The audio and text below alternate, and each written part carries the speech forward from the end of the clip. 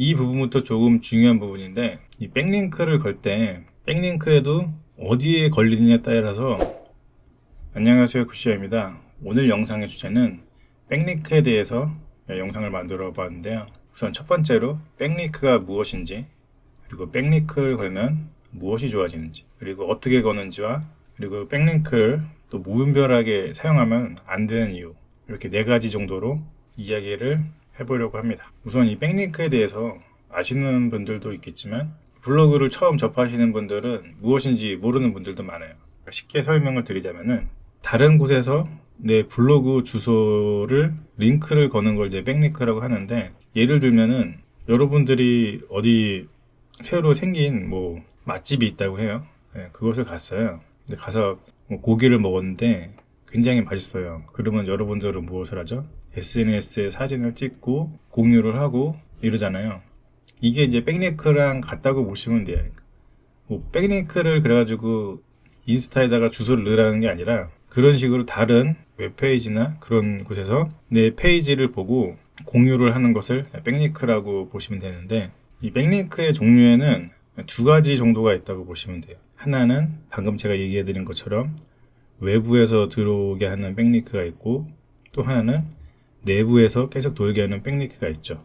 검색 엔진에서 제 블로그를 볼 때는 제 블로그 전체를 통으로 보기도 하지만 문서 하나하나를 또 개별로 보기도 하거든요. 내부 안에서도 백링크를 걸면은 그거에 대한 효과는 조금씩이라도 있는 거죠. 그러니까 사람들의 내부 링크를 넣어서 내 블로그에 계속 돌게 하는 현상도, 계속 백링크를 넣어가지고 블로그의 지수를 올리는 그런 효과도 발생될 수 있는 겁니다. 두 번째로 백링크가 있으면 무엇이 좋은지, 뭐 이거는 제가 방금 설명해 드린 것처럼 외부 유입도 가져올 수 있고, 그리고 당연한 거지만 사람들이 제 문서가 가치 있다고 생각해서 공유가 되면은 자연적으로 이 문서에 대한 신뢰도도 올라가고, 랭킹도 올라가고 블로그 지수에도 매우 좋은 영향을 끼칩니다.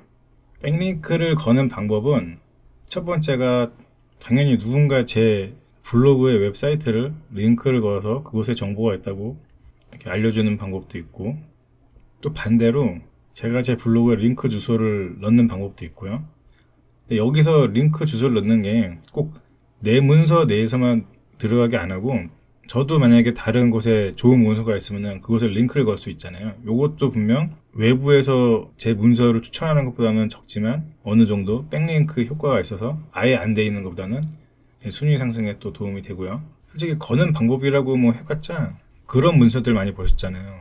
어플리케이션에 대한 설명을 하고 어플리케이션 다운받을 수 있는 거 링크 해서 그 클릭하면은 그곳으로 이동되잖아요. 이게 백링크예요. 어떤 정보에 대해서 여러분이 블로그에 포스팅을 잘 해놨으면은 누군가 이제 그거 관련돼서 또 포스팅을 했는데 추가적으로 제 문서를 보고 참고가 된다면은 거기에다가 링크를 걸어서 제 문서를 넣는 것도 백링크고, 특별히 형식은 없고 자신이 홍보하고 싶은 페이지가 있다면은 간략하게 글 쓰고, 그리고 그 페이지에 대한 뭐 URL을 넣는 아주 간단한 방법이죠. 이 부분부터 조금 중요한 부분인데, 이 백링크를 걸 때 백링크에도 어디에 걸리느냐에 따라서 이 DA라는 게 있어요. 도메인 어설러티라고 해서, 발음 죄송하고요. 이 도메인 자체에도 뭐 등급이 있는 거죠.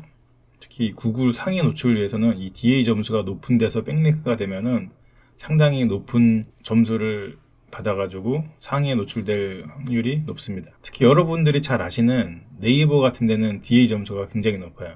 즉, 그 도메인에 대한 신뢰도가 높기 때문이죠. 그거 말고도 뭐 트위터, 페이스북 여러 가지 있잖아요. 이런 유명한 데는 DA 점수가 높기 때문에 그런 곳에서 여러분의 문서가 백링크가 걸리면은 상당히 상위 노출하는데 효과를 보실 수 있고요. 이것도 간단하게 설명을 드리자면은, 아까 제가 고깃집 맛집에 대해서 설명했잖아요. 일반적인 사람들이 여기 맛있다고 이렇게 홍보하는 거랑 어느 정도 인지도가 있는 사람, 인플루언서가 이 고깃집 맛있어 해가지고 또 퍼뜨리는 거랑 커다란 방송사 해가지고 이곳을 찍어 간 다음에 굉장히 맛있어요 하는 거랑 당연히 신뢰도 차이가 있잖아요. 그런 거라고 보시면 돼요. DA 점수가 높은 것은 뭐 인플루언서나 뭐 유명 유튜버, 아니면 방송국에서 뭐 맛집을 촬영하고 알려주는 것과 비슷하다.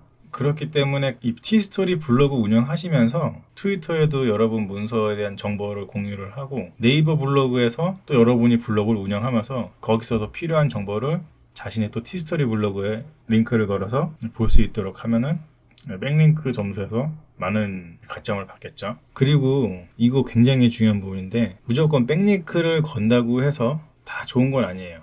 자, 마지막으로 네 번째, 백링크를 무분별하게 사용하면은 안 되는 이유에 대해서 제가 설명을 해줄게요. 지금까지 백링크 걸면은 블로그 순위도 좋아지고 블로그 지수도 좋아지고 검색도 잘 된다고 해놓고서는 갑자기 또 무분별하게 사용하면 왜 안 되냐? 이것도 간단하게 생각해 보면은 이해를 하실 거예요. 의미 없는 그런 컨트롤 CV 해가지고 블로그마다 붙여놓는다든지 카페에다가 내 링크를 뿌린다든지 당연히 좋은 영향이 없죠. 그냥 길거리 지나가는 사람들한테 전단지 막 뿌리면서 여기 좋다고 하는 것과 다를 바가 없으니까요. 백링크를 너무 또 무분별하게 막 뿌려대면은 요거는 또 그 반대로 검색 순위에서 하락할 수 있으니까 백링크를 거실 때는 이런 부분도 어느 정도 생각을 해주셔야 되고, 그리고 한 가지 오해를 하고 계신 분들이 있는데, 백링크를 무조건 거는 것이 중요한 게 아니라 여러분들이 DA 점수가 높은 곳에 백링크를 걸었어도 얼마나 많은 사람들이 그 링크를 클릭하고 여러분들 문서에 와서 활동을 하는지, 이런 부분도 상당히 중요하거든요. 다 따지고 보면은 본질적인 거는 문서의 퀄리티가 되게 중요한 것 같아요. 당연히 문서의 내용이 너무 좋으면은 그걸 가지고 사람들이 공유를 하게 되고, 공유된 링크를 타고 들어와서 내용이 좋으니까 또 끝까지 문서를 보게 될 것이고, 이런 작용이 일어나야 되는 거죠. SNS에 문서를 올렸어도 어그로성 멘트만 있고 들어와 보니 알맹이가 없으면은 오히려 역효과가 날 수가 또 있다는 부분이니까 이 부분도 참고를 하시면 좋을 것 같습니다. 자, 오늘은 이렇게 백링크에 대해서 제가 짧게 설명을 드렸는데, 어렵게 생각하실 게 아니라 좋은 문서를 쓰시고 그거를 널리 퍼뜨릴 수 있도록 노력을 하신다면은 여러분들의 문서가 자연 유입으로도 들어올 확률이 높아질 테니까요. SNS에도 여러분 문서를 공유를 하시고 네이버 블로그도 조금씩은 운영을 하면서 백링크를 걸어서 구글에서 여러분의 티스토리 블로그가 더 검색이 잘 되도록 한번 해보시기를 추천드립니다. 오늘도 영상 끝까지 시청해 주셔서 감사하고요. 다음번에 더 좋은 정보로 찾아올 수 있도록 노력하겠습니다. 감사합니다. 구독과 좋아요, 알람 설정 잊지 마세요. 영상 제작에 정말 큰 힘이 됩니다. 감사합니다.